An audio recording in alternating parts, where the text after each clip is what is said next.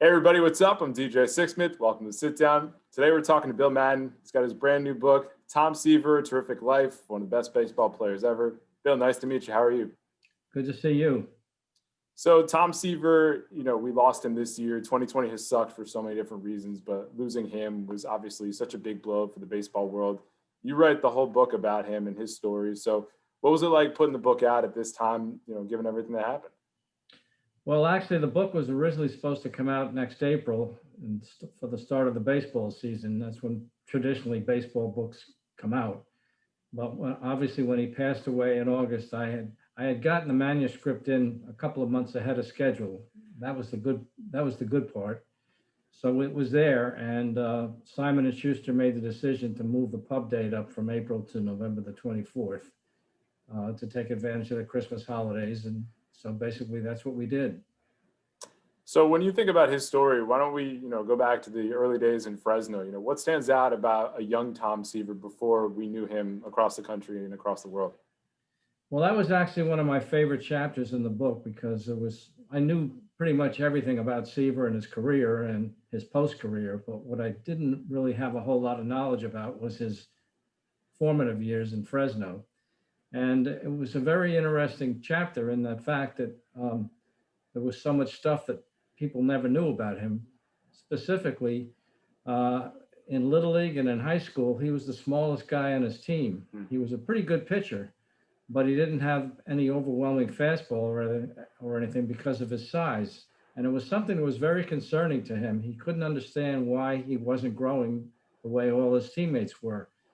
He'd come from a family of athletes. His two sisters were athletes, older sisters, and his older brother was a swimmer at the University of California, and his father was a world-class amateur golfer.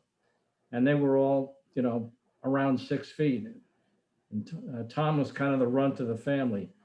And so when he got to his senior year and he saw some of his friends getting scholarships, he said to his parents, he said, "Look, I am not going to go to college on your dime. If I can't get into college on my own athletic ability, then I'm just going to have to figure out something else to do." And so he graduated from Fresno High. And that summer, he was trying to figure out something else to do. He went to work for his father's raisin company in Fresno, a job he hated. And then he realized he knew that his brother had been in the Marines, and he thought that that would be a good place for him to try to start a new life or whatever. So he enrolled in the Marine Reserves, and he went down to 99 Palms, California, with a friend of his who was also not going to college. And the two of them went down there, and Seaver went into Marine Corps Reserves at 5'9", 160. He came out of there 6 months later at 6'1", 210. Wow. This is what I call miracle grow. And all of a sudden, now we had the Tom Seaver that we all came to enjoy and respect and become a Hall of Fame pitcher. Because now, not only was he 6'1", 210, he also had a fastball now. And Tom always had a plan for everything, whether it was post-career when his plan was to go into the wine business, or all the way back in high school when his plan was to go to USC. He wanted to pitch for Rod Dato, the legendary coach at Southern California. But he knew to get there, he had to prove to Dato that he was not only, 6'1", 210 now, but he also could pitch against college competition. So his plan was to go to the Fresno City Junior College for 1 year and pitch against college caliber players. And then from there, hopefully Dato would recognize him and scout him and whatever and give him a scholarship. So he had a good year there, and Dato did, in fact, tell him, "I'm holding a scholarship for you, but before I give it to you, I want you to go to Alaska." Seaver said, "Alaska? Why do I have to go to Alaska?" And Dato says to him, "Trust me, kid, you're going to love it up there." And he sent him up to a team called the Alaska Gold Panners. And this was a summer wooden bat league, and against the top competition, mostly college players from all over the country, but mostly from a lot of them were from West Coast college players. And he was up there with Rick Monday and Greg Nettles and Bill Lee. I mean, these are guys that all went on to the major leagues. And so he went up there and he did very well there. And Dato finally, at the end of the summer, Dato said, okay, kid, I'm impressed. And so he got the scholarship and he went to USC. That's really an incredible story. And I talked to Tom House a couple months ago who played with Seaver at USC, and he just said like he was blown away when Tom really started to come into his body. So when do you feel like Seaver thought that, okay, I'm good enough to be at USC, but I can also be a major league pitcher now? Well, that was also a plan of his. In fact, he talked about it with Nancy, his future wife, when he met her, really got to know her at Fresno City College, junior college. And they would go on long walks at night, and she was very impressed with him because not only was he a jock, but he was also a very intelligent guy and very worldly. He was up on all the world events and things like that. And she had never met anybody like this.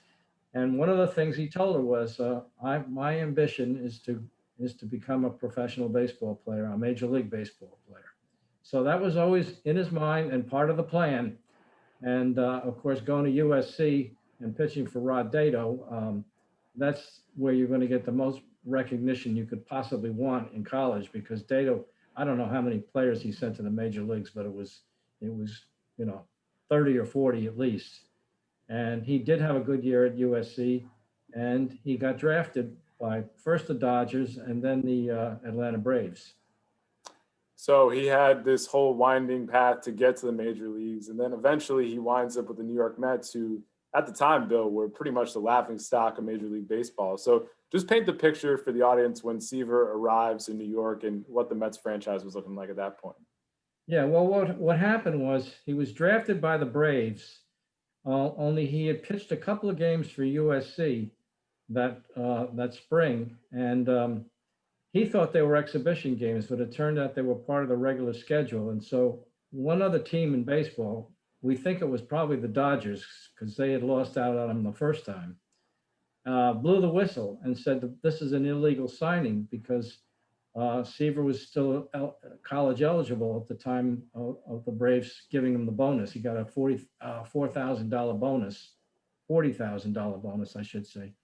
And then, so what happened was the commissioner of baseball had to come up with a solution to this problem because Seaver couldn't go back to college either. And he came up with this idea that he would offer Seaver's services to anybody who wanted to match the Braves offer. Any team that wanted to match the Braves bonus could submit a bid for him, and they would put the team's bids into a hat and draw the winning team out of a hat. And so only 3 teams wanted to bid for him, and it was the Phillies, the Indians, and the Mets. And so they drew out of the hat, and the Mets were the winning team. And Seaver tells the story, he was at home with his parents when the lottery was going on in New York at the commissioner's office. And when they told him that the Mets had drawn him, his mother shrieked, "Oh my God, not the Mets!" Because at the time, the Mets were the laughing stock of baseball. They had never had a winning season. This was 1966 now. And they'd had 4 straight awful last place losing seasons.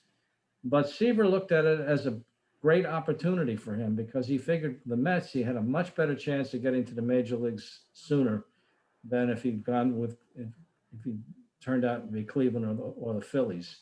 And that's what happened. He only spent 1 year at AAA Jacksonville, and he was in the major leagues in 1967.